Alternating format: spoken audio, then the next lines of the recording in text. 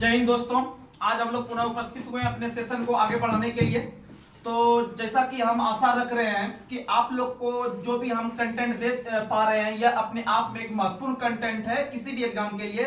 जैसे अभी SSC GD का एग्जाम चल रहा है तो उसमें आपका जीके जीएस का महत्व बहुत ज्यादा है क्योंकि थोड़ा लेवल का क्वेश्चन पूछ रहा है। और जब तक आप थोड़ा किसी क्वेश्चन के बारे में बार बार जानकारी प्राप्त नहीं करेंगे, थोड़ा डिटेल में जानकारी प्राप्त नहीं करेंगे तो शायद आप क्वेश्चन रटा रटाया करके आप याद एग्जाम में नहीं मार सकते हैं। तो आप समझ लीजिए किसी के लिए आपको बेसिक चीज होना जरूरी है और बेसिक चीज आपको तभी प्राप्त हो सकता है जबकि आप एक से दो किताब कम से कम बहुत अच्छी तरीका से पढ़िएगा, तभी आपको जो है कि कुछ अच्छा कर पाइएगा एग्जाम में। नहीं तो फिर आप नहीं कर पाइएगा अच्छा और फिर आपको रिजल्ट तो हो जाएगा लेकिन मेरिट में दिक्कत हो जाएगा। और इसलिए आप लोग जो है कि अपने आप को एक अच्छा स्टूडेंट के भांति बनाने के लिए आपको जो है कि अपने दिल से 100% मेहनत करना होगा और तब जाकर आप किसी एग्जाम में अच्छा कर पाइएगा। आप एक छोटा ऐसा जॉब लेने के लिए अपने आप में क्रीम लड़का बनना पड़ता है और तभी रिजल्ट होता है। ऐसे नहीं कि किसी का रिजल्ट हो जाता है तुक्का मार के रिजल्ट नहीं होता है। आपको एक अच्छा लड़का होइएगा तभी आप किसी में रिजल्ट दे पाइएगा और जॉब हो पाएगा। और देख रहे हैं कि अभी का जो जमाना आ गया है कि आपको बहुत डीप क्वेश्चन पूछा जा रहा है। आप एक रेलवे ग्रुप डी का एग्जाम दीजिए, उसमें आप देख लीजिए 19 और जो है कि इधर 22 में जो एग्जाम हुआ है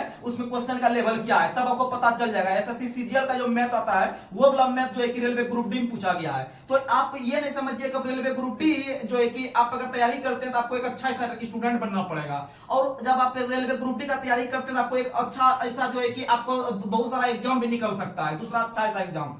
तो इसीलिए आप लोग जैसे अभी एएलपी का फॉर्म भरे होंगे, आगे एनटीपीसी का एग्जाम है या फिर आगे ग्रुप डी का एग्जाम आने वाला है, तो देख रहे हैं कि कितना सब में पोस्ट बहुत कम आ रहा है और कंपटीशन इतना हार्ड हो रहा है। जब तक आप अपना दुनिया का सब चीज छोड़ के सिर्फ पढ़ाई को नहीं दीजिएगा तो फिर आप पीछे पड़ जाइएगा। तो इसीलिए आप लोग कंसर्स होकर अपने पढ़ाई को जो है कि 100% दीजिए और तो है कि आपका रिजल्ट आराम से हो जाएगा। और देखिएगा अभी क्या हुआ है कि बहुत जगह जो कि क्वेश्चन पेपर लीक हो रहा है, तो क्वेश्चन पेपर लीक हो रहा है, बात सही है कि क्वेश्चन पेपर लीक हो रहा है, लेकिन आप लोग जो है कि जो भी हो रहा है अगर दोबारा एग्जाम होगा तो सही है, नहीं तो फिर हम सरकार को तो कुछ नहीं कर सकते हैं। इसीलिए आप लोग पॉजिटिव होकर तैयारी कीजिए और जो है कि आपका जो है कि जॉब अवश्य होगा, बहुत सारा मौका मिलेगा। और अगर किसी को एक एग्जाम में अगर असफलता मिल गया तो ऐसा नहीं समझिए कि बार बार उस वैसा ही होगा, यानी एक असफलता को आप लोग एक मजबूती ऐसा रूप लीजिए और पॉजिटिव होकर अगले अटेम्प्ट के लिए अपना रेडी रहिए। क्योंकि सफलता से जो अच्छा चीज हम मानते हैं असफलता को, क्योंकि वो अगली बार एक अच्छा ऐसा मुझे बहुत शक्ति के साथ आगे बढ़ने का जो है कि हमें जो कि शक्ति प्रदान करता है। और जो अगला बार हमें अटेम्प्ट देंगे वो समझिए कि अपने आप में एक बेस्ट रहेगा और हमें बहुत कुछ सीखने के लिए मिलेगा। तो आप लोग बिना निगेटिव हुए अपने को पॉजिटिव में रखकर आगे बढ़िए और आगे बढ़कर जो है कि आप एक अच्छा स्टूडेंट बनिए और आपका जॉब होने वाला है कंफर्म। तो चलिए बिना कोई देरी के हुए अब शुरू करते हैं। तो शुरू में आप लोग पहला सवाल बताइएगा, पंडित जवाहरलाल नेहरू ने राष्ट्रीय संग्रहालय की आधारशिला किस वर्ष रखी थी? 1955 में। कब रखी थी? 1955 में। पंडित जवाहरलाल नेहरू जो भारत के प्रथम प्रधानमंत्री थे उनके द्वारा 1955 में आपका पहला राष्ट्रीय संग्रहालय, और राष्ट्रीय संग्रहालय जो है वो कलकत्ता में है। कहाँ में है? कलकत्ता में। राष्ट्रीय संग्रहालय कलकत्ता में है। वहीं अगर आपसे क्वेश्चन पूछता है सलारगंज संग्रहालय कहाँ है? हैदराबाद में। सलारगंज संग्रहालय हैदराबाद में है और हैदराबाद एक स्वतंत्र शहर का अपना निजामुल मुल्क के द्वारा किया गया था, निजामुल मुल्क। और निजामुल मुल्क का जो वास्तविक नाम था हुआ था चिनकिलीज खां। और इनका संबंध आसफ जाही राजवंश से था। कौन से था? आसफ जाही राजवंश। और हैदराबाद जो है वो मूसी नदी के किनारे है और मोतियों के शहर के नाम से भी हैदराबाद को जानते हैं। और याद रखिएगा हैदराबाद में मिश्र धातु निगम लिमिटेड, डायनामिक्स लिमिटेड, भारतीय अर्थशास्त्र अनुसंधान संस्थान डीएलएफ फिंगर लिमिटेड सब जो है वो कहाँ है? हैदराबाद में। चलिए अगला क्वेश्चन आप लोग को बताना, सत्यमेव जयते कहां से लिया गया? मुंडकोपनिषद। कहां से लिया गया? मुंडकोपनिषद। कहां से लिया गया? और याद रखिएगा मुंडकोपनिषद जो है, मुंडकोपनिषद का जो रचना किया हुआ किसने किया है? वो जो मुंडकोपनिषद वो आनंद मठ से लिया गया है। और आनंद मठ का रचना बंकिम चंद्र चटर्जी ने किया था। और वंदे मातरम का भी रचना किसने किया था? बंकिम चंद्र चटर्जी। वंदे मातरम का रचना भी और वंदे मातरम जो पहली बार गाया गया था वो गाया गया था 1896 के कलकत्ता अधिवेशन। 1896 के कलकत्ता अधिवेशन में पहली बार जो है कि राष्ट्र गीत वंदे मातरम गाया गया। और उस समय जो उसके अध्यक्ष थे वो थे आपके रहमतुल्लाह सयानी। और याद रखिएगा राष्ट्रगान का अगर बात करते हैं तो पहली बार 1911 ईस्वी में कलकत्ता अधिवेशन में बीसन नारायण धर की अध्यक्षता में गाया गया, याद रखिएगा। और राष्ट्रगान को गाने में कुल समय लगता है 52 सेकंड। कितना सेकंड? 52 सेकंड, याद रखिएगा। और ये आप लोग को बता दें कि विश्व का जो सबसे पुराना जो राष्ट्रगान है वो आपका किस देश का है, तो बताइएगा जापान का है। कहाँ का है? जापान का, याद रखिएगा। अगला क्वेश्चन आप लोग को बताना है, आरबीआई का स्थापना किस वर्ष हुआ है? 1 अप्रैल 1935। तो याद रखिएगा आरबीआई का स्थापना 1934 अधिनियम के तहत 1 अप्रैल 1935 को हुआ। और आरबीआई का जब स्थापना हुआ था तो उसका मुख्यालय कलकत्ता हुआ करता था। कहाँ हुआ करता था? लेकिन बाद के दिनों में चलकर इसका मुख्यालय ट्रांसफर करके कलकत्ता से मुंबई कर दिया। कहाँ कर दिया? मुंबई। और याद रखिएगा कि आरबीआई का जो स्थापना किया गया था, आरबीआई की जो स्थापना किया गया था वह हिल्टन यंग आयोग की सिफारिश पर किया गया। और आरबीआई का जो राष्ट्रीयकरण किया गया 1949 में। कब किया गया? 1949 में। आरबीआई का राष्ट्रीयकरण 1949 में। और आप लोग को बताते हैं राष्ट्रीय रेल जो है, भारत रेल जो है उसका राष्ट्रीयकरण 1950 में। 1950 में रेल का राष्ट्रीयकरण, और बैंकों का राष्ट्रीयकरण जो हुआ है आरबीआई का 1949 में। और भारत के अंदर में पहली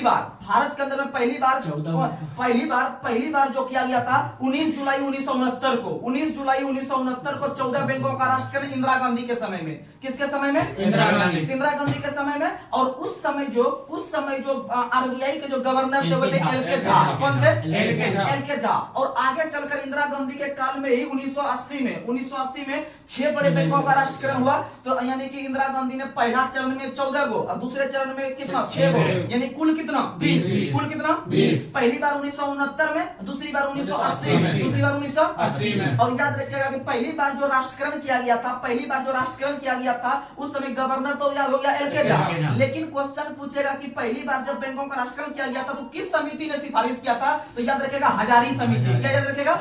हजारी समिति के सिफारिश पर बैंकों का पहली बार राष्ट्रीयकरण 1969 में, याद रखिएगा। वहीं अगर बात करते हैं एसबीआई का, तो एसबीआई बैंक का स्थापना जो किया गया है 1 जुलाई 1955 को। 1 जुलाई 1955 को एसबीआई का स्थापना गोरेवाला समिति की सिफारिश पर। और भारत के अंदर में नाबार्ड बैंकों का जो स्थापना हुआ है 1982 में नाबार्ड का स्थापना हुआ है 12 जुलाई के दिन। किस दिन? 12 जुलाई, क्योंकि एग्जाम में डेट सही पूछता है। तो 12 जुलाई 1982 को नाबार्ड का स्थापना छठी पंचवर्षीय योजना के समय हुआ था। और उसके जो समिति याद करते हैं शिवरमन समिति। कौन सी समिति?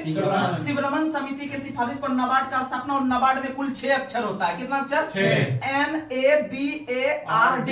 नाबार्ड में 6 अक्षर, इसीलिए छठी पंचवर्षीय योजना, इसीलिए छठी। और इसका जो स्थापना होता है वह होता है 12 जुलाई 1982 को। और 1982 में एक्जिम बैंक का भी स्थापना, भी 1982 में, जिसे हम लोग भारत आयात निर्यात बैंक करते हैं। आयात निर्यात, एक्जिम एक्सपोर्ट, दोनों बैंक करते हैं 1982 में। और याद रखिएगा कि 1982 में हो गया एक्जिम बैंक, नाबार्ड का स्थापना, ये सब कब हो गया? 1982 में। वहीं अगर हम बात करते हैं एसबीआई का, तो एसबीआई का जो स्थापना हुआ है वह 3 बैंकों को मिलाकर जो किया गया था आपका पहली बार 1921 में। और 1921 में इंपीरियल बैंक, और इंपीरियल बैंक का नाम बदलकर एसबीआई 1955 में। एसबीआई 1955। और एसबीआई का मुख्यालय कहाँ है? मुंबई में। चलिए अगला क्वेश्चन आप लोग को बताना है।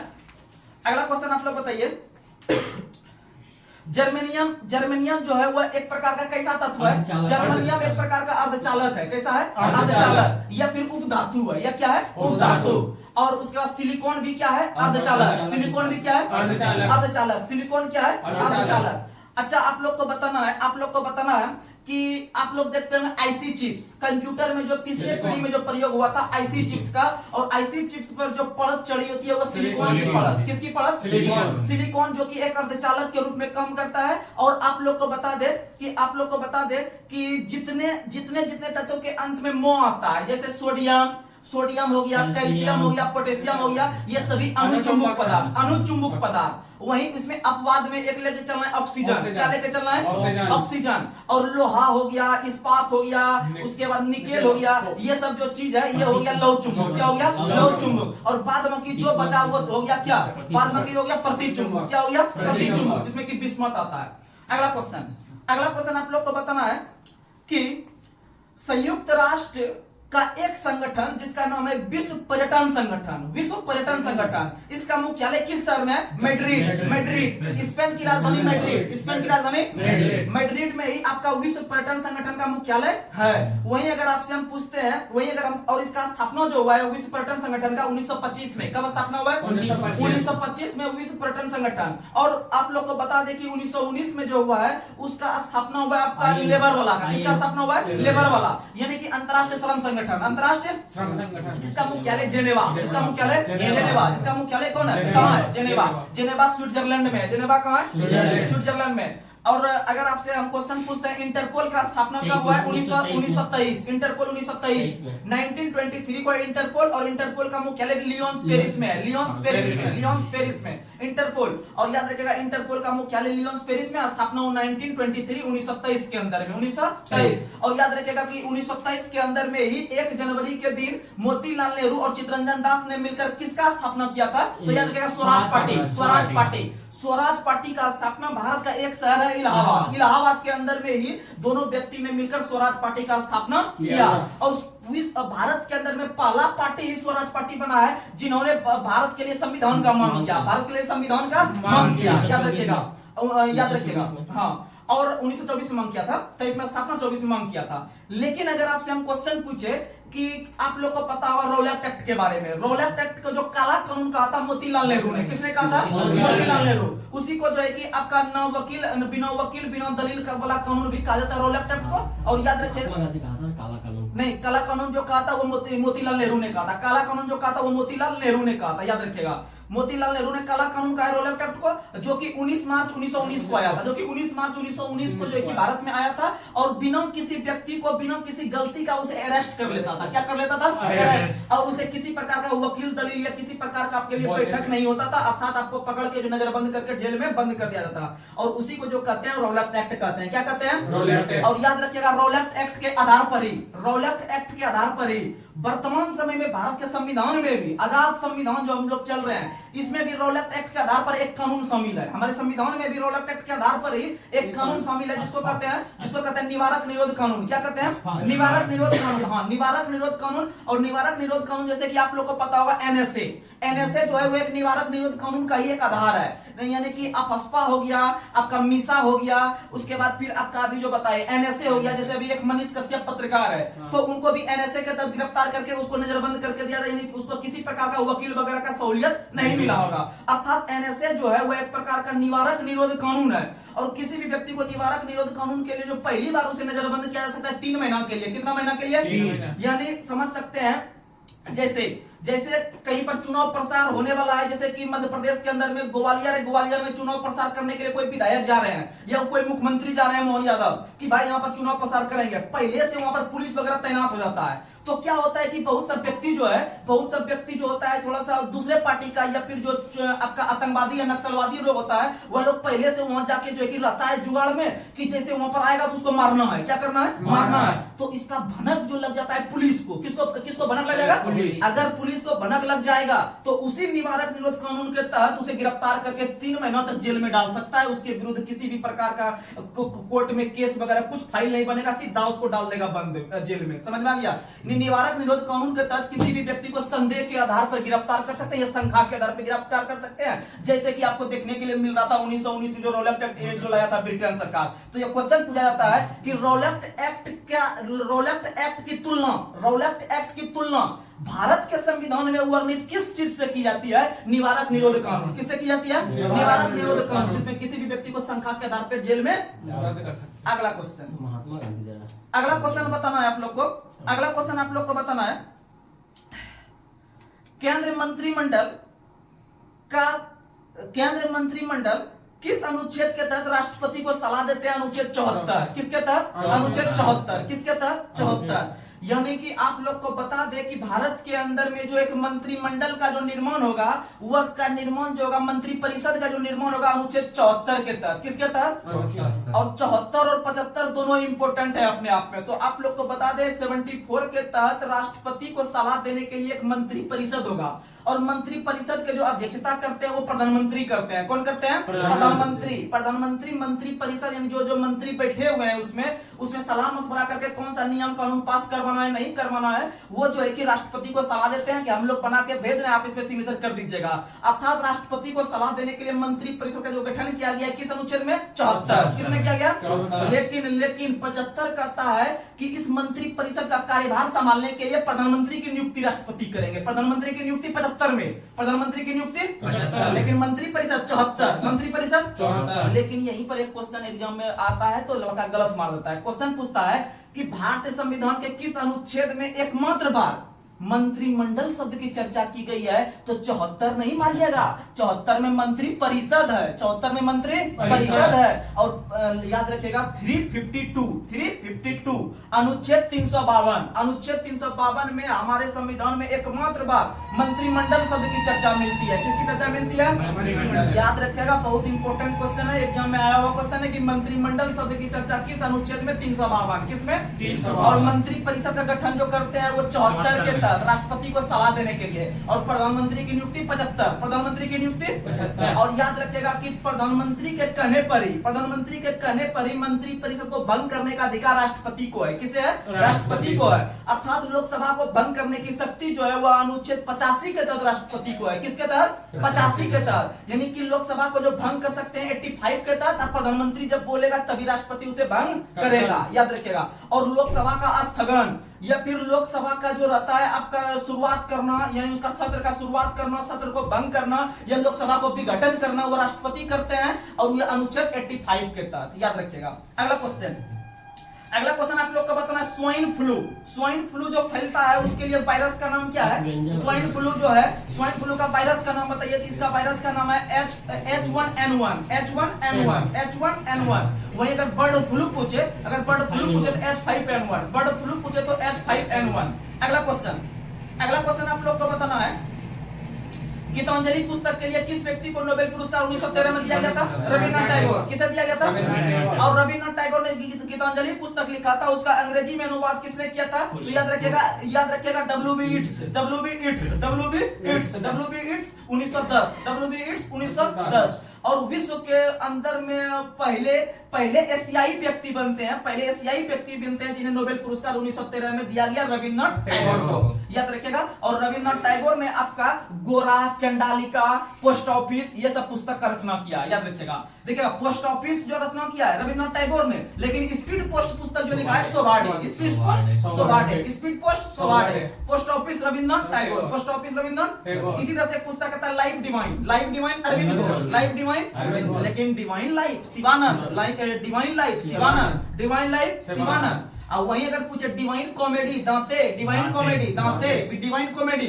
क्योंकि कॉमेडी जो आदमी करता है उसका दांत दिखता है। क्या दिखता है? यानी Divine Comedy Dante, Life divine Aurobindo Ghosh, Divine life Sivananda. अगला क्वेश्चन आप लोग को बताना है पहली बार भारत में वंदे भारत एक्सप्रेस किस वर्ष चलाई गई थी? 2019 में। कब चलाई गई थी? 15 फरवरी के दिन। किस दिन? 15 फरवरी 2019 को भारत में पहली बार वंदे भारत ट्रेन चलाई गई। और वंदे भारत ट्रेन जो चलाई गई है इसका जो बनाने का जो दायित्व दिया गया है वो फ्रांस के एनसॉल्ट कंपनी को, फ्रांस के एनसॉल्ट कंपनी को वंदे भारत ट्रेन बनाने के लिए जो है कि सौंपा गया है। और याद रखिएगा कि वंदे भारत जो बनाने में खर्च आता है एक ट्रेन, वो खर्च है 150.9 करोड़ रुपया, 150.9 करोड़ रुपया एक वंदे भारत चलाने में। याद रखिएगा। अगला क्वेश्चन आप लोग को बताना है भारत का राष्ट्रीय वृक्ष क्या है? बरगद। भारत का राष्ट्रीय वृक्ष और बरगद का जो वैज्ञानिक नाम है वो क्या है? बरगद का वैज्ञानिक नाम है फाइकस बेंडालेसिस। बरगद का वैज्ञानिक नाम फाइकस बेंडालेसिस। मोर का पावो क्रिस्टेस। और याद रखिएगा मोर को भारत का राष्ट्रीय पक्षी जो घोषित किया गया है 1963 में। कब घोषित किया गया? 1963 में। अगर आपसे क्वेश्चन पूछे कि भारत का जो राष्ट्रीय पशु है आपका बाघ है, कौन है बाघ? बाघ का वैज्ञानिक नाम पैंथेरा टाइग्रिस। बाघ का वैज्ञानिक नाम, लेकिन शेर का वैज्ञानिक नाम पूछे तो पैंथेरा लियो। और हाथी का एलिफास इंडिका। याद रखिएगा, हाथी का एलिफास इंडिका, हाथी का एलिफास इंडिका। अगर आपसे हम पूछे क्वेश्चन की जो है कि कमल का, भारत का राष्ट्रीय फूल कमल है, कमल का वैज्ञानिक नाम, तो कमल का वैज्ञानिक नाम होता है नेलम्बो न्यूसिफेरा गार्टन, नेलम्बो न्यूसिफेरा गार्टन, नेलम्बो न्यूसिफेरा गार्टन, ये सब याद रखिएगा। अगला क्वेश्चन, भारतीय प्राणी सर्वेक्षण का मुख्यालय कहाँ है? कोलकाता। भारतीय प्राणी सर्वेक्षण, लेकिन राष्ट्रीय वन सर्वेक्षण देहरादून, राष्ट्रीय वन सर्वेक्षण देहरादून, राष्ट्रीय वन सर्वेक्षण देहरादून। अगर आपसे हम क्वेश्चन पूछे कि राष्ट्रीय विष सर्वेक्षण कहाँ है? विष कहाँ? लखनऊ, विष लखनऊ, विष लखनऊ, विष कहाँ है? लेकिन दलहन अनुसंधान कानपुर, दलहन कानपुर, दलहन। अगला क्वेश्चन रेडियो धर्मिता की इकाई क्या है? बेकुरल, रेडियो धर्मिता की इकाई। अगला क्वेश्चन आप लोग को बताना है, रेडियो धर्मिता की इकाई बेकुरल हो गया। और रेडियो एक्टिविटी पदार्थ को जो मापते हैं वो मापते हैं Geiger Muller counter, GM counter में। किसमें मापते हैं? GM counter, Geiger Muller counter में रेडियो धर्मी पदार्थ को मापते हैं। और रेडियो धर्मी पदार्थ 3 प्रकार के किरण उत्पन्न करते हैं, alpha beta gamma. Alpha beta, alpha positive में, alpha positive, beta negative, beta negative, gamma गम में न्यूट्रल, न्यूट्रल, गामा न्यूट्रल। अगला क्वेश्चन आप लोग को बताना है कि हमारे संविधान में स्वतंत्रता, समानता और बंधुत्व किस देश से लिया गया? फ्रांस से। कौन से लिया गया?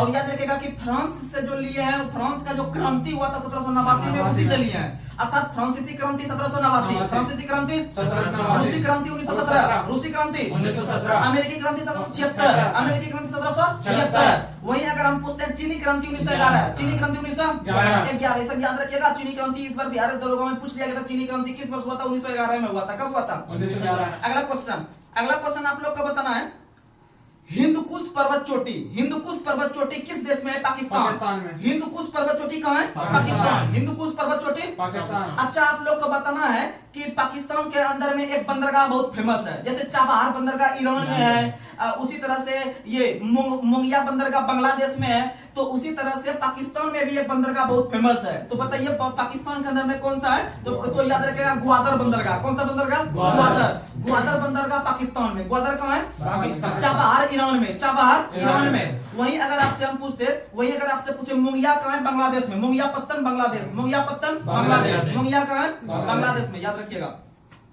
अगला क्वेश्चन आप लोग को बताना है, महात्मा गांधी को महात्मा की उपाधि किसने दिया था? रविन्द्रनाथ टैगोर। किसने दिया था? आप लोगों को बता दें 1917 ईस्वी में बिहार के चंपारण में चंपारण सत्याग्रह हुआ था, और उसी चंपारण सत्याग्रह में जो गांधी जी ने अपनी सफलता पाई थी पहली बार, तो उसी के उपलक्ष्य में रविन्द्रनाथ टैगोर ने महात्मा की उपाधि दिया था। याद रखिएगा। और जब असहयोग आंदोलन के दौरान या खिलाफत आंदोलन के दौरान जब महात्मा गांधी ने विदेशी कपड़ों को जब जला रहे थे, तो इसी रविन्द्रनाथ टैगोर ने कहा था कि यह निष्ठुर बर्बादी है, यह निष्ठुर बर्बादी है। याद रखिएगा।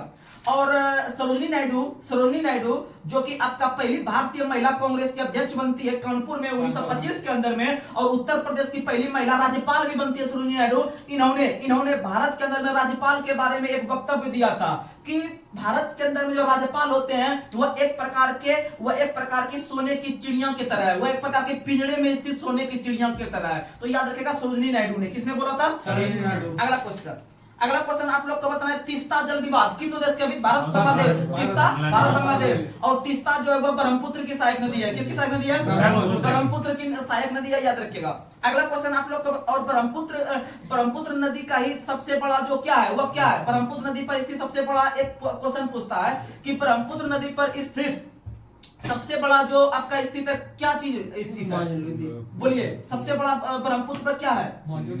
तो याद रखिएगा, सबसे बड़ा नदी द्वीप जो है, सबसे बड़ा नदी द्वीप जो है वो माजुली है। कौन सा है? माजुली, जो कि ब्रह्मपुत्र नदी पर है। किस नदी पर है? ब्रह्मपुत्र। वहीं अगर पूछे कि भारत के अंदर में स्थित सबसे बड़ा नदी मुहाना किसका है, तो हुगली नदी का। किसका है? हुगली नदी। हुगली नदी का सबसे बड़ा नदी मुहाना। याद रखिएगा।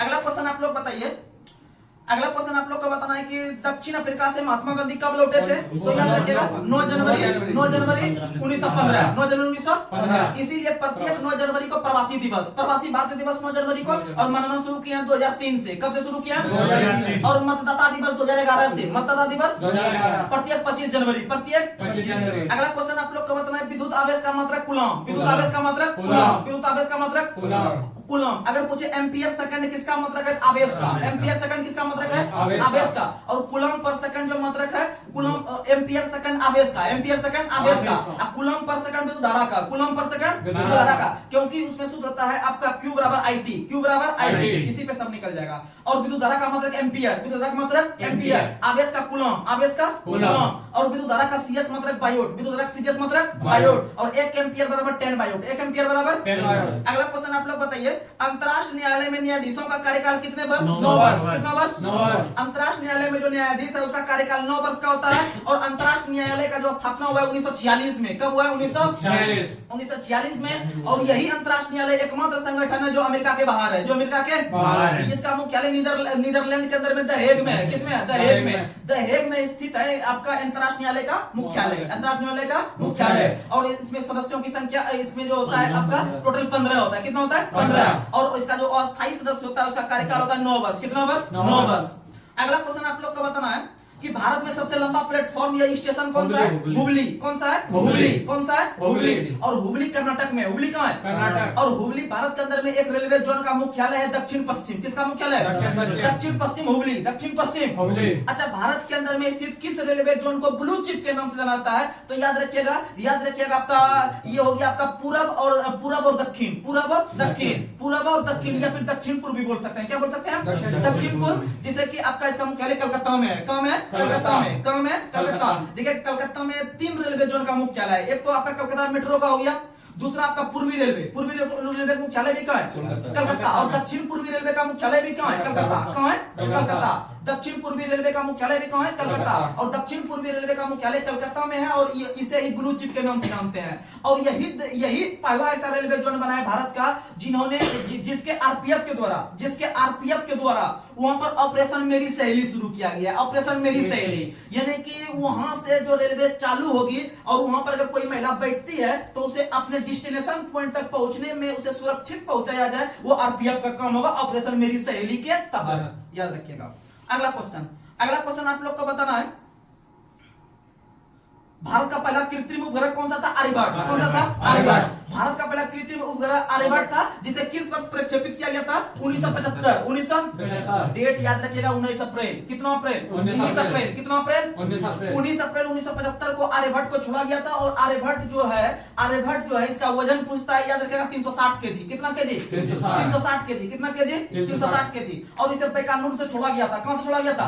बीकानेर से छोड़ा गया था। अगला क्वेश्चन आप लोग को बताना है कि भारत में सबसे ज्यादा बंदरगाह किस राज्य में है? तमिलनाडु। किस राज्य में है? तमिलनाडु। सबसे ज्यादा बंदरगाह तमिलनाडु में है। और तमिलनाडु के अंदर में एक बंदरगाह चेन्नई खुद है। एक बंदरगाह चेन्नई जो कि भारत के अंदर में सबसे पुराना होने के साथ साथ एकमात्र कृत्रिम बंदरगाह है। तो याद रखिएगा, भारत के अंदर में चेन्नई पूछता है कैसा बंदरगाह है? एक कृत्रिम बंदरगाह है, प्लस सबसे पुराना बंदरगाह भी है, सबसे पुराना। वहीं अगर हम बात करते हैं भारत के अंदर में सबसे नया जो बना है बंदरगाह, ये क्वेश्चन एग्जाम में पूछा गया है कि हाल ही में जो बदावन बंदरगाह बना है, हाल ही में जो बदावन बंदरगाह बना है वो भारत का 13वां सबसे बड़ा बंदरगाह बना है, 13वां नंबर का बना है। तो याद रखिएगा महाराष्ट्र में। कौन है? महाराष्ट्र। यानी महाराष्ट्र के अंदर में बदावन बंदरगाह है। वहीं अगर बदावन रामसर साइड पूछे आपसे तो गुजरात में। कहाँ में? गुजरात में। बदावन रामसर साइड गुजरात में है। अब बदावन बंदरगाह कहाँ है? मुंबई में। कहाँ में? मुंबई में। और वही चेन्नई के एक कृत्रिम बंदरगाह है, प्लस सबसे पुराना बंदरगाह है। और उसी के बगल में 2 बंदरगाह और पूछता है चेन्नई के, तमिलनाडु के अंदर में 2 बंदरगाह है। एक आपका बंदरगाह है तुतीकोरिन। कौन सा बंदरगाह है? तुतीकोरिन। कौन सा बंदरगाह है? तुतीकोरिन। और वहां पर एक और बंदरगाह है, एक और बंदरगाह तुतीकोरिन के अलावा एक और बंदरगाह है जिसका जो नाम है जैसे कौन सा है? एन्नोर बंदरगाह। कौन बंदरगाह? एन्नोर। यानी तुतीकोरिन बंदरगाह और एन्नोर बंदरगाह दोनों, और चेन्नई बंदरगाह तीनों तमिलनाडु में है। तो चेन्नई बंदरगाह बारे में समझ में आ गया। और तुतीकोरिन बंदरगाह जो है, तुतीकोरिन जो बंदरगाह है उसका नाम चेंज करके कुछ रखा गया है। तुतीकोरिन बंदरगाह का नाम चेंज करके रखा है, उसका नाम रखा चिदम्बरनार बंदरगाह। चिदम्बरनार बंदरगाह जो रखा है वो तुतीकोरिन का। किसका रखा है? तुतीकोरिन का। और याद रखिएगा एन्नोर बंदरगाह को मत्स्य बंदरगाह कहते हैं। सॉरी, एन्नोर बंदरगाह जो है, सॉरी, तुतीकोरिन को मत्स्य बंदरगाह कहते हैं। तुतीकोरिन क्या कहते हैं? मत्स्य बंदरगाह। तुतीकोरिन को मत्स्य। और एन्नोर बंदरगाह जो है उसका नाम बंदरगाह कामराज बंदरगाह। कौन बंदरगाह? कामराज। कौन बंदरगाह? कामराज। देखिएगा ध्यान से, एन्नोर 4 अक्षर का, कामराज भी 4 अक्षर का। तमिलनाडु का जो पहला मुख्यमंत्री था वही कामराज था। कौन था? कामराज। याद रखिएगा, इन्हें 1976 में नोबेल भारत रत्न दिया गया था।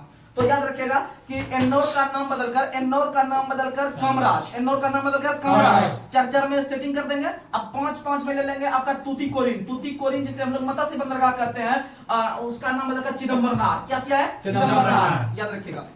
और बदावन कहाँ है? मुंबई, महाराष्ट्र में। और मुंबई खुद एक बंदरगाह है, मुंबई खुद। भारत का सबसे बड़ा बंदरगाह पूछे तो मुंबई, भारत का सबसे बड़ा बंदरगाह। और नावा सोबा बंदरगाह भी कहाँ है? महाराष्ट्र में। नावा सोबा बंदरगाह भी कहाँ है?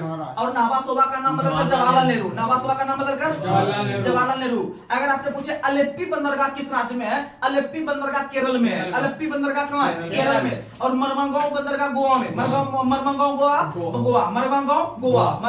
गोवा। और दूध सागर जलप्रपात भी कहाँ है? गोवा में। दूध सागर जलप्रपात गोवा में। और गोवा की राजधानी पणजी मांडवी नदी किनारे। किस नदी किनारे? अगला क्वेश्चन आप लोग को बताना है कि किस फसल में साइट्रस कैंकर नामक रोग होता है? नींबू में। किसमें होता है? नींबू में। साइट्रस कैंकर नामक रोग किसमें होता है? नींबू में, याद रखिएगा। जो कि तांबा की कमी से, किसकी कमी से? तांबा की कमी से। और नींबू में सेट्रिकम, नींबू में सेट्रिकम, नींबू में। और नींबू का पीएच मान 2.2, नींबू का पीएच मान 2.2, नींबू का पीएच मान, क्योंकि नींबू 2 रुपया में 2 पीस, 2 रुपया में 2 पीस, 2 रुपया में 2 पीस, 2.2। अगला क्वेश्चन एलईडी का फुल फॉर्म। एलईडी का full form light emitting diode, light emitting diode, light emitting diode, light emitting.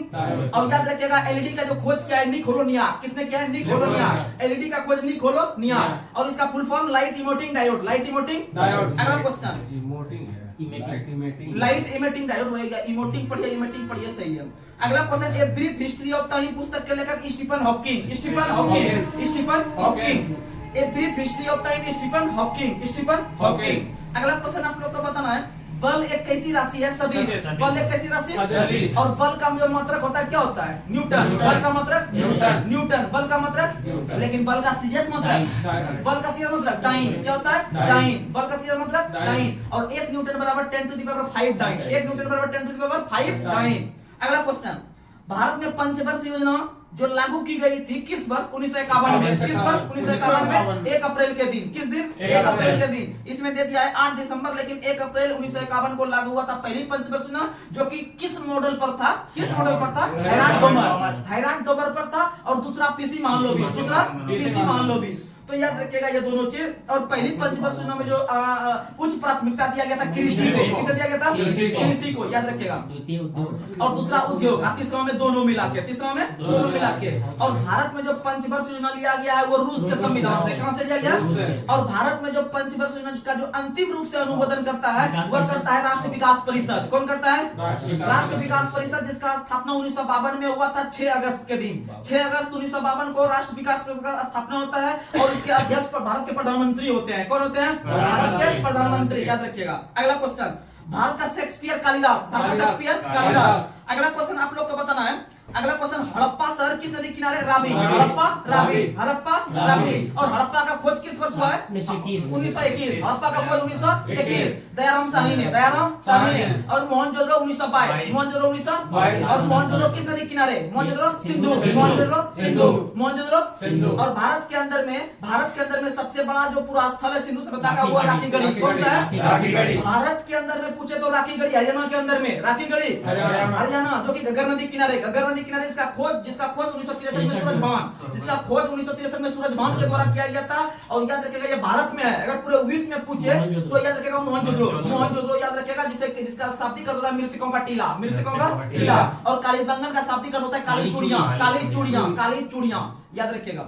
और कालीबंगन राजस्थान में। कालीबंगन कहां में? राजस्थान में। और एक और आपका सभ्यता का स्थल बताते हैं आपका धौलावीरा। कौन सा? धौलावीरा। और धौलावीरा गुजरात में। और एकमात्र ऐसा धौलावीरा स्थल है जो 3 भागों में बटा हुआ था। कितना भागों में? 3 भागों में। कितना भागों में? 3 भागों में। इसे याद रखिएगा। अगला क्वेश्चन आप लोग को बताना है WTO की पहली महिला निदेशक कौन बनी थी? तो याद रखिएगा WTO की पहली महिला निदेशक नाकोंजी इंकोजो इनोला, जो कि नाइजीरिया की है। कहां की है? नाइजीरिया की। WTO यानी वही व्यापार वाला, जिसका स्थापना 1995 में। इसका स्थापना 1995 में। और 1995 से पहले इसका नाम गेट। क्या नाम था? गेट का स्थापना 1947 में। इसका मुख्यालय जेनेवा। और WHO का मुख्यालय भी कहां है? जेनेवा। WHO का मुख्यालय भी WHO का मुख्यालय भी जेनेवा। WHO का मुख्यालय भी क्यों है? जेनेवा। WHO जब WHO जिसे हम लोग वर्ल्ड हेल्थ ऑर्गेनाइजेशन कहते हैं, इसका मुख्यालय भी क्यों है? जेनेवा। और इसका स्थापना 7 अप्रैल 1948 को, 7 अप्रैल 1948। और WHO दिवस या फिर आपका कहने का मतलब विश्व स्वास्थ्य दिवस, विश्व स्वास्थ्य दिवस 7 अप्रैल, विश्व स्वास्थ्य दिवस 7 अप्रैल। अगला क्वेश्चन आप लोग को बताना है, सुंदरवन को यूनेस्को में विश्व विरासत सूची में कब शामिल किया? 1947 में। 1947 में आपका जो सुंदरवन जो गंगा ब्रह्मपुत्र के डेल्टा पर निर्मित है, आपका सुंदरवन उसे 1987 में यूनेस्को की सूची में शामिल किया गया। यूनेस्को की सूची में शामिल जो है कि किया गया सुंदरवन, जो कि गंगा ब्रह्मपुत्र के मॉडल पर है। और याद रखिएगा कि गंगा ब्रह्मपुत्र का जो मिलन स्थान पर जो डेल्टा बनता है, यह आपका सबसे बड़ा डेल्टा बनता है, सुंदरवन डेल्टा के नाम से जानते हैं। और यह जो कि सुंदरी वृक्ष के लिए प्रसिद्ध है। किसके लिए प्रसिद्ध है? सुंदरी वृक्ष के लिए प्रसिद्ध है। तो आइए अब आते हैं पॉलिटी में।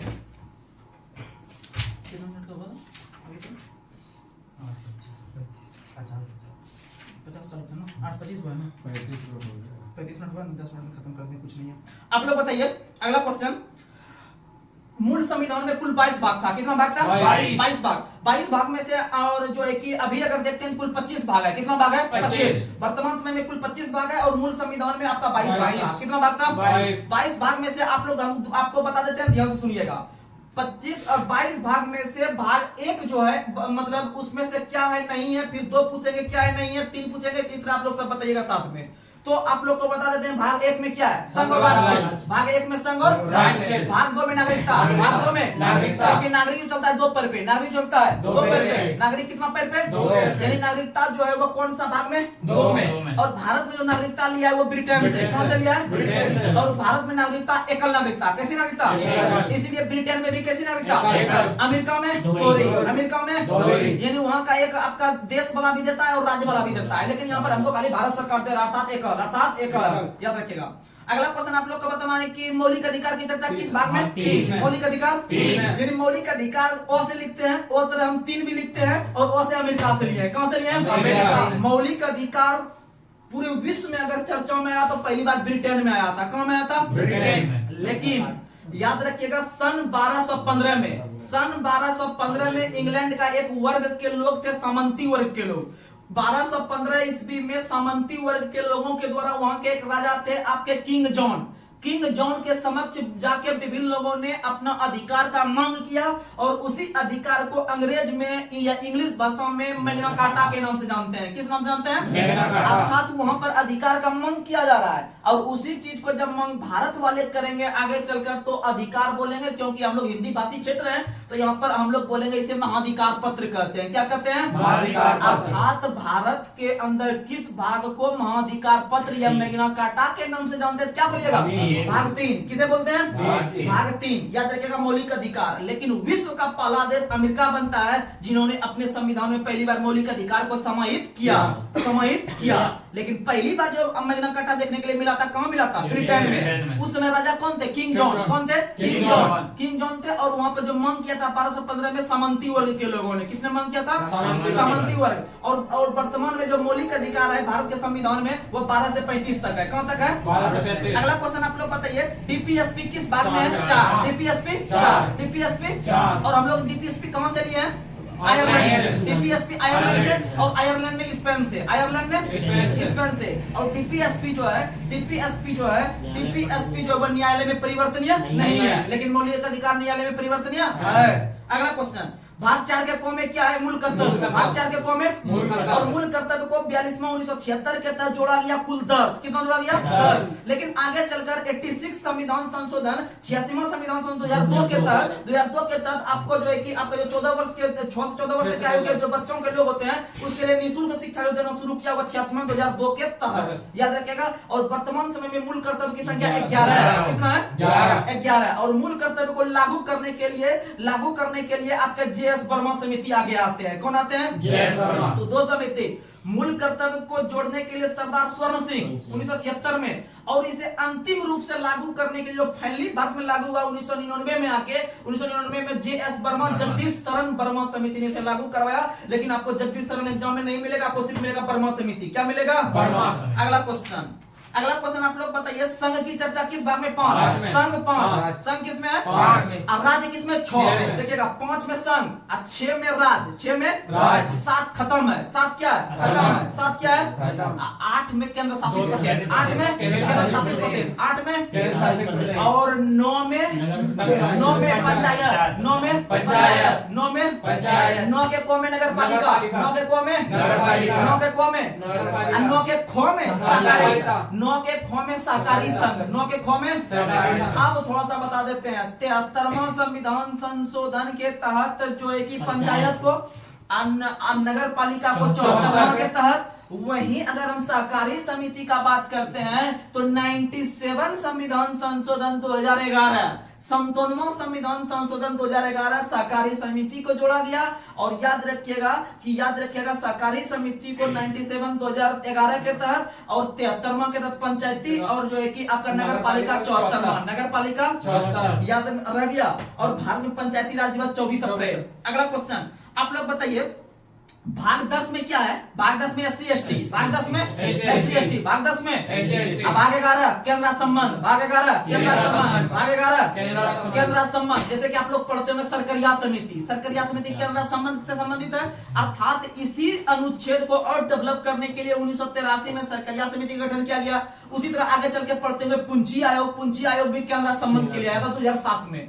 तो अगला क्वेश्चन आप लोग बताइए, भाग 12 वित्त, भाग 12 वित्त, बो से 12 बो से वित्त, बो से 12 बो से वित्त। और इसी भाग 12 में अनुच्छेद 300 के को में आप लोग को पता होगा कि 44वां 1978 के तहत मौलिक अधिकार से संपत्ति के अधिकार को निकाल कर उसे अनुच्छेद 300 के को में कानूनी अधिकार के रूप में रखा गया।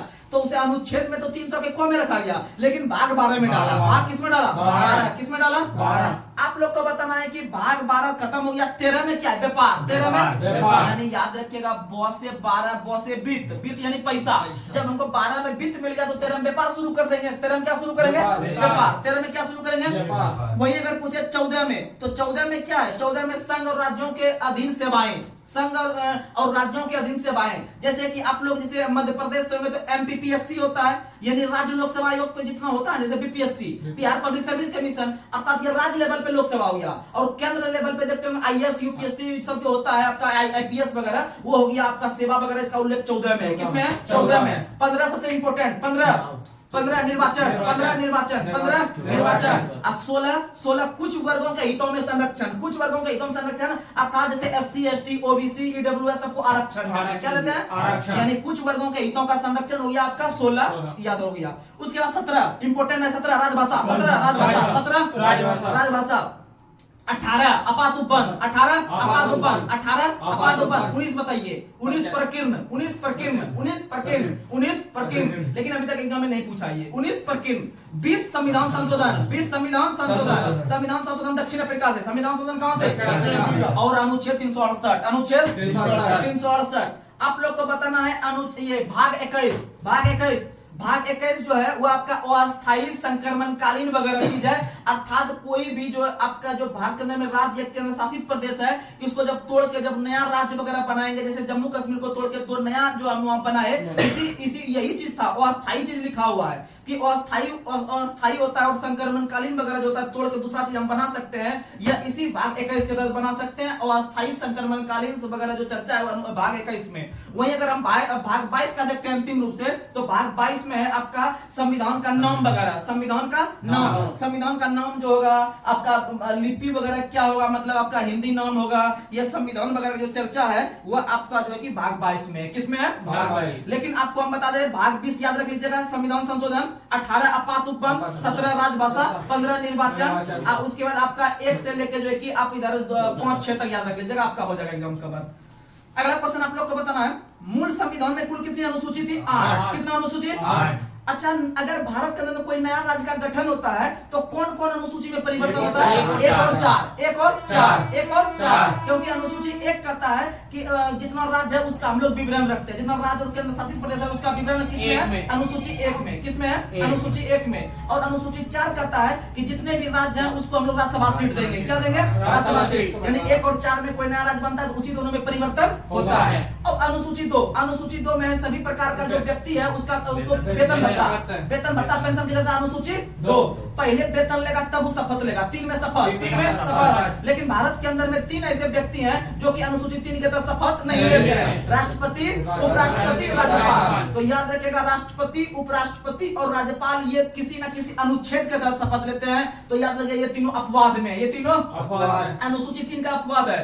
तो राज्यपाल जो शपथ लेते हैं अनुच्छेद 159 के तहत, अनुच्छेद 159 के तहत, उपराष्ट्रपति 69, उपराष्ट्रपति 69 और राष्ट्रपति लेते हैं 60, राष्ट्रपति 60, राष्ट्रपति 60। अगला क्वेश्चन आप लोग को बताना है, भारतीय संविधान के किस अनुसूची में अनुसूचित क्षेत्र के, अनुसूचित जाति और जनजाति क्षेत्र के प्रशासन के बारे में चर्चा किया गया? 5 किया गया। और अनुसूची 5 के तहत भारत के राष्ट्रपति को यह अधिकार है कि वह जनजातीय सलाहकार परिषद का गठन करे। जनजातीय सलाहकार परिषद का गठन राष्ट्रपति जो करते हैं वह अनुसूची 5 के तहत। और अनुसूची 6 में 4 राज्य, अनुसूची 6 में 4 राज्य, अमे मित्र, असम, मेघालय, मिजोरम, त्रिपुरा, असम, मेघालय, मिजोरम, त्रिपुरा। और ये 4 राज्य जो है यहाँ पर जो SC ST को विकास करेगा स्पेशली। और यहाँ पर भारत के राज्यपाल जो करते हैं अलग अलग राज्य में चारों में, और वहां पर एक संगठन का स्थापना करते हैं। उस संगठन का नाम है आपका स्वायत्त शासित जिला परिषद। स्वायत्त शासित जिला परिषद गठन 6 के तहत। अब जनजाति सलाहकार 5, जनजाति सलाहकार 5, जनजाति सलाहकार, स्वायत्त शासित 6, स्वायत्त शासित। अगला आप लोग को बताना है कि 3 प्रकार के सूची का वर्णन किस अनुसूची में? 3 प्रकार की सूची, संघ सूची, राज्य सूची, समवर्ती सूची, तीनों का वर्णन 7 में, तीनों में। अर्थात केंद्र और राज्य के बीच शक्ति का बंटवारा 7, शक्ति का बंटवारा 7। अच्छा ये तीनों जो अनुसूची लिए, तीनों जो सूची लिए 1935 से, कौन से लिए? लेकिन स्पेशली अगर बोलते हैं समवर्ती सूची ऑस्ट्रेलिया, समवर्ती सूची ऑस्ट्रेलिया। आप लोग बताइए अनुसूची 8 राजभाषा, अनुसूची 8 राजभाषा। और अनुसूची 8 में वर्तमान समय में 22 भाषा, कितना भाषा? 22। इसमें अंग्रेजी कहीं भी नहीं, अंग्रेजी नागालैंड की राजभाषा, अंग्रेजी नागालैंड का राजभाषा। और प्रारंभ में इसमें 14 भाषा, प्रारंभ में 14। अगला क्वेश्चन आप लोग बता दें अनुसूची 9, अनुसूची 9 भूमि सुधार, अनुसूची 9 भूमि सुधार। पहला संविधान संशोधन 1951 के तहत भूमि सुधार को जोड़ा गया। और भूमि सुधार जो है कि किसी भी न्यायालय में परिवर्तनीय नहीं है। अनुसूची 10 दल बदल, अनुसूची 10 दल बदल, अनुसूची 10 और दल बदल 52 1985, 52 1985। राजीव गांधी के समय 52 1985 दल बदल। और दल बदल प्रारंभ में 1/3 भाग पे लागू था, वर्तमान में 2/3, वर्तमान में 2/3। अगला क्वेश्चन अनुसूची 11, अनुसूची 11 पंचायती राज, अनुसूची 11 पंचायती राज और अनुसूची 11 पंचायती राज और अनुसूची 12 नगर पालिका। और इन दोनों जो किया गया था पीवी नरसिम्हा राव के काल में, पीवी नरसिम्हा राव काल में। और अनुसूची 11 के पंचायती राज, 12 के नगर पालिका। और नगर पालिका को कुल 18 विषय दिया गया है। और अनुसूची 11 के पंचायती राज को कुल 29 विषय दिया गया है। और याद रख लीजिएगा कि भारत के अंदर में पंचायती राज को संवैधानिक दर्जा दिलाने के लिए आपको जो है कि कौन सी समिति आगे आई थी? एलन सिंघवी समिति। कौन सी समिति? 1986 के तहत आई थी। तो चलिए आज यहीं पर हम लोग समाप्त करते हैं हमारे जो जीके का आज था टॉपिक। आप लोग को कैसा पसंद आता है वीडियो तो आप लोग कमेंट बॉक्स में जरूर कमेंट कीजिएगा। अब जो है कि अगला वीडियो आप लोग के लिए प्राप्त होगा। धन्यवाद।